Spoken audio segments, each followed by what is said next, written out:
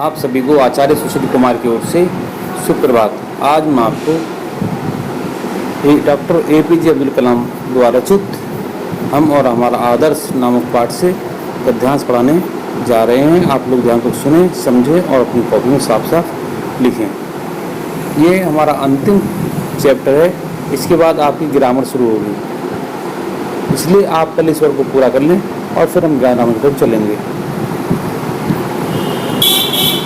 तो मैं प्रारंभ कर रहा हूँ। हम और हमारा आदर्श।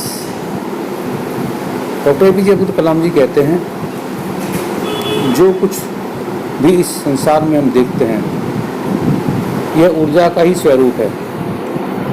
जो भी कुछ संसार में देखते हैं ऊर्जा का ही स्वरूप है। जैसा कि महर्षि अरविंद ने कहा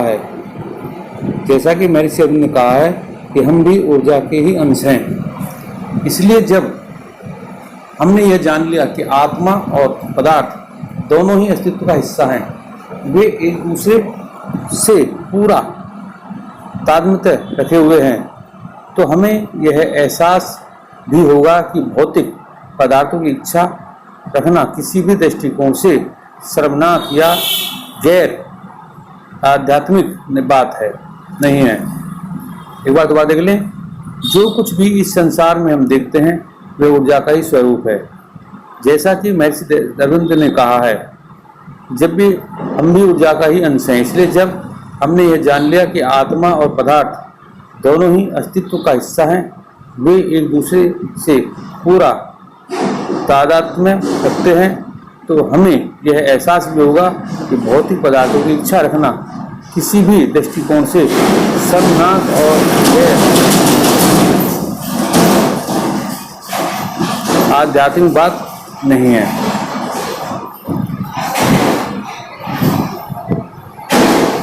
उपयुक्त गद्यांश के पाठ और शीर्षक का नाम आप ध्यान से देखें। उपयुक्त गद्यांश सुप्रसिद्ध वैज्ञानिक, दार्शनिक और लेखक डॉक्टर APJ अब्दुल कलाम द्वारा रचित है। हम और हमारा आदर्श नामक पाठ से उद्धृत है। यह लेख हमारी हिंदी की पाठ्य संकलित है, या हम अपने हिसाब से कह देते हैं कि प्रस्तुत गद्य हमारी पाठ्य पुस्तक। जैसे या कई बार ऐसा आता है कि गद्यांश के पाठ और लेखक का नाम, तो गद्यांश के पाठ और लेखक का नाम ज़्यादातर गद्यांश के पाठ और लेखक का नाम आता है, तो इसलिए आप वहाँ हम और पाठ का नाम हम और हमारा आदर्श और नमस्ते और लेखक doctor APJ Abdul Kalam.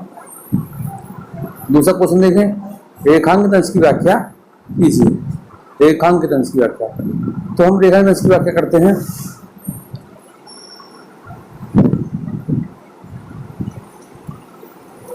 Doctor APJ Abdul Kalam कहते हैं कि हम ऊर्जा के ही अंश हैं। ध्यान दें आप, मैं कहाँ से पढ़ना शुरू कर रहा हूँ। डॉक्टर APJ अब्दुल कलाम कहते हैं कि हम ऊर्जा के ही अंश हैं। इस प्रकार प्राणी या पदार्थ अथवा आत्मा, प्राणी या पदार्थ अथवा आत्मा और पदार्थ दोनों ही उस ऊर्जा के अंश हैं और दोनों में ही अभिन्न संबंध है। लेखक के अनुसार जब हमें यह ज्ञात हो ही गया कि संसार में सब कुछ परमात्मा है, यानी परमात्मा का है, सब कुछ उसी की ऊर्जा का अंश है, तो हम भौतिक पदार्थों की अपेक्षा नहीं करनी चाहिए। हमें आत्मा के साथ साथ भौतिक पदार्थों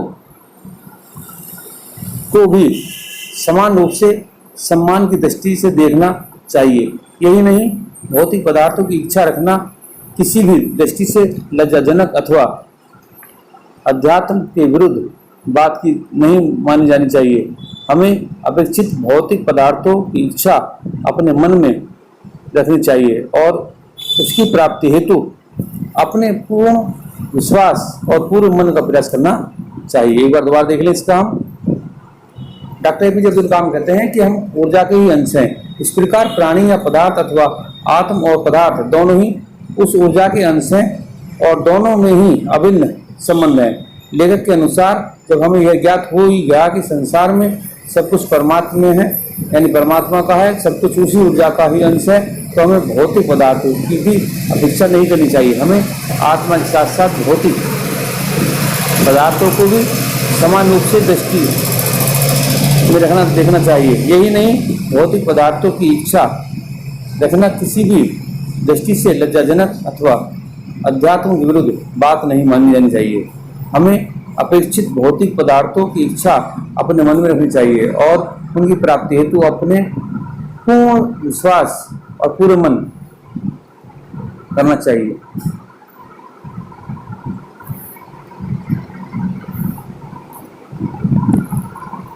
क्वेश्चन नंबर 3, हम इस संसार में जो कुछ देखते हैं वह किसका रूप है? हम जो इस संसार में देखते हैं वह किसका रूप है? हम कह सकते हैं कि हम इस संसार में जो कुछ देखते हैं वह ऊर्जा का ही स्वरूप है। हम इस संसार में जो कुछ देखते हैं वह ऊर्जा का ही स्वरूप है। नेक्स्ट क्वेश्चन है, महर्षि अरविंद ने क्या कहा है? महर्षि अरविंद ने क्या कहा है? हम कह सकते हैं लेखक के अनुसार, लेखक यानी एपीजे अब्दुल कलाम के अनुसार महर्षि अरविंद ने यह बात कही है कि हम भी ऊर्जा के ही अंश हैं। महर्षि दयानंद, महर्षि अरविंद ने भी यही कहा है कि हम सब ऊर्जा के अंश हैं। इसके बाद नेक्स्ट क्वेश्चन, प्रस्तुत गद्यांश में अस्तित्व का हिस्सा किसे बताया गया है? प्रस्तुत गद्यांश में अस्तित्व का हिस्सा किसे बताया गया है?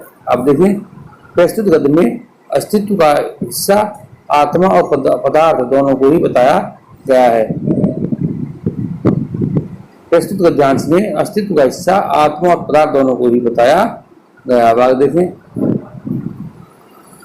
लेखक के अनुसार सर्वनाक या गैर आध्यात्मिक बात कौन सी नहीं है?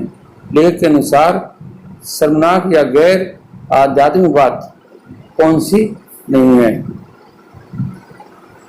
6 उत्तर देंगे इसका। लेखक के अनुसार भौतिक पदार्थों की इच्छा रखना शर्मनाक या गैर आध्यात्मिक बात नहीं है। लेखक के अनुसार भौतिक पदार्थों की इच्छा रखना शर्मनाक या गैर आध्यात्मिक बात नहीं है।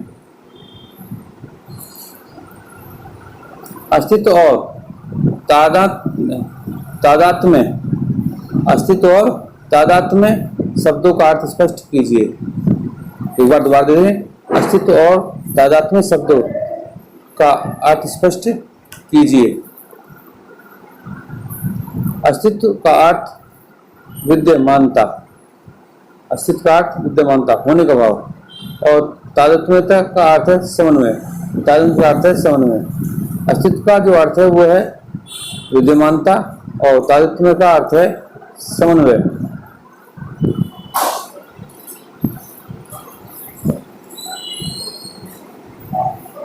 एक बार इनके प्रश्नों को आप दोबारा देख लें, इससे आप गलती ना करें।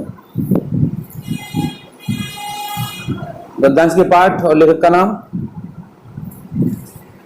पाठ का नाम हम और हमारा आदर्श, लेखक डॉक्टर एपीजे अब्दुल कलाम। विवेकानंद की व्याख्या करवाई थी हमने।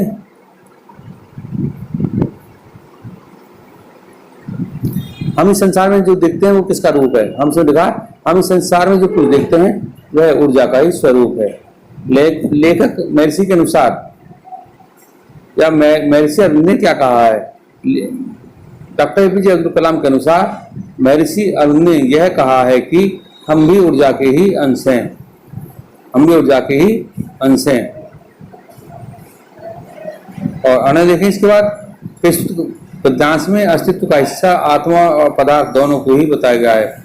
प्रस्तुत गद्यांश में अस्तित्व का हिस्सा परमात्मा और पदार्थ दोनों को ही बताया गया है। इसका नेक्स्ट क्वेश्चन है 6। लेखक के अनुसार भौतिक पदार्थों की इच्छा रखना समनाक है या गैर आध्यात्मिक नहीं है? लेखक के अनुसार भौतिक पदार्थों की इच्छा रखना शर्मनाक या गैर आध्यात्मिक बात नहीं है। 6 इसके बाद, अस्तित्व का अर्थ विद्यमानता और तादात्म्यता का अर्थ समन्वय है। इस प्रकार ये गद्यांश पूरा हो गया। कल हम एक नए गद्यांश के साथ उपस्थित होंगे। यदि आपको हमारे द्वारा पढ़ाया हुआ गद्यांश अच्छा लगता है, प्रिय लगता है, तो आप इसे अपने यार दोस्तों में शेयर जरूर करें, जिससे वो मेरे चैनल का फायदा उठा सकें। तो मैं कल फिर उपस्थित होऊंगा एक नए गद्यांश के साथ। तब तक के लिए धन्यवाद।